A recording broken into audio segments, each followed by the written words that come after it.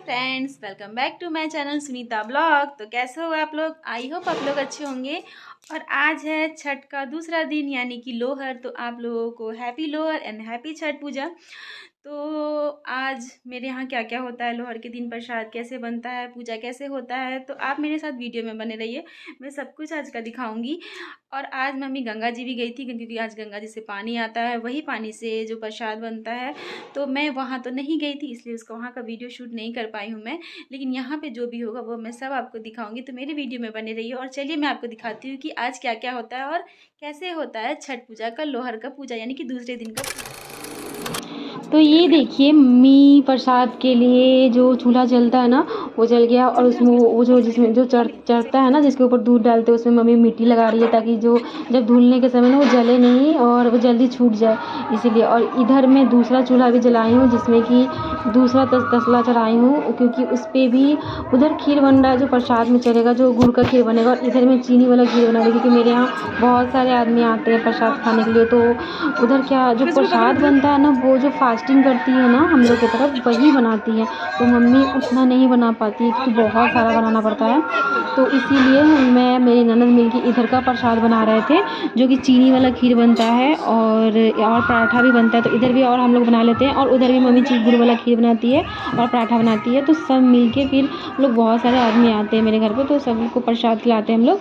तो इस तरह से फिर मेरी ननद आटा गूंद रही थी पराठा के लिए, और मैं खीर बना रही थी चीनी वाला, और मम्मी उधर गुड़ वाला खीर बना रही थी, और पराठा के लिए भी मम्मी तैयारी कर रही थी। तो इस तरह से हम लोग के यहाँ खरना पूजा का तैयारी हो रहा था। पूरा पूरा जोरों शोरों से हम लोग लगे हुए थे। उधर मम्मी बना रही थी, उधर हम लोग बना रहे थे। और पापा ईख भी लेके आए थे और दूध भी लेके आए थे पापा।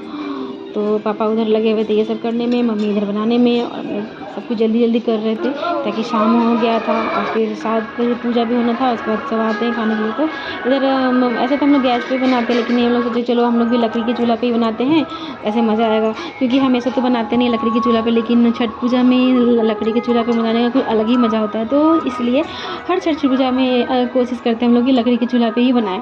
तो मैं सोचती चलो, मेरी ननद बोली चलिए भाभी हम लोग भी लकड़ी के चूल्हा पे ही बनाते हैं। तो हम लोग इधर भी लकड़ी का चूल्हा जल रहा था, उधर तो लकड़ी का चूल्हा पे ही बनता है छठ पूजा का, तो इसीलिए दोनों तरफ बन रहा था। तो इस तरह से देखिए, फिर मैं और ननद मिलके खीर बन गया। तो उसके बाद हम लोग पराठा बनाने लगे। मेरे यहाँ पराठा बनता है, और आप लोग की तरफ की बहुत जगह रोटी बनता है, क्योंकि मेरे मायके में तो रोटी बनता है और मेरे तरफ पराठा बनता है। तो इधर मम्मी भी पराठा बना रही थी, उधर हम लोग भी पराठा बना रहे थे। तो इस तरह से बना था। फिर हम लोग जल्दी कर रहे थे, फटाफट बना रहे थे हम लोग। अच्छा लगता है, एक अलग ही मज़ा आता है। ये 4 दिन का जो छठ होता है उसमें एक अलग ही सा माहौल रहता है, बहुत मज़ा आता है।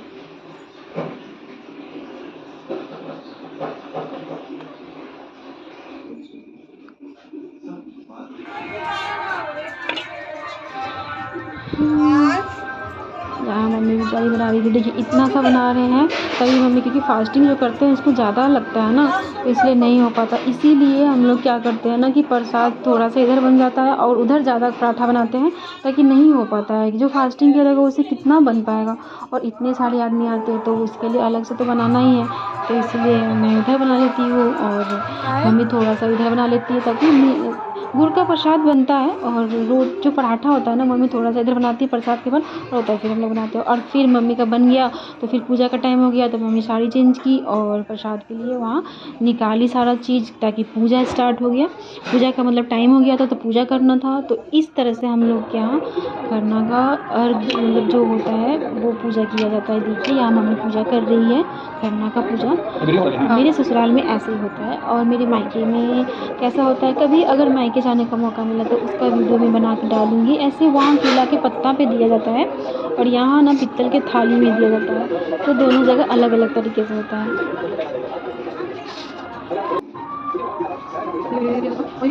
इस तरह यहाँ होता है।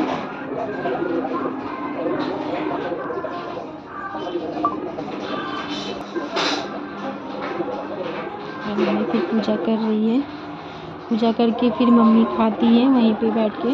खाया जाता है। तो इस तरह से फिर मम्मी खा लेगी, फिर हम लोग वहाँ पे जाके प्रणाम करेंगे। फिर मैं गई वहाँ प्रणाम करने के लिए।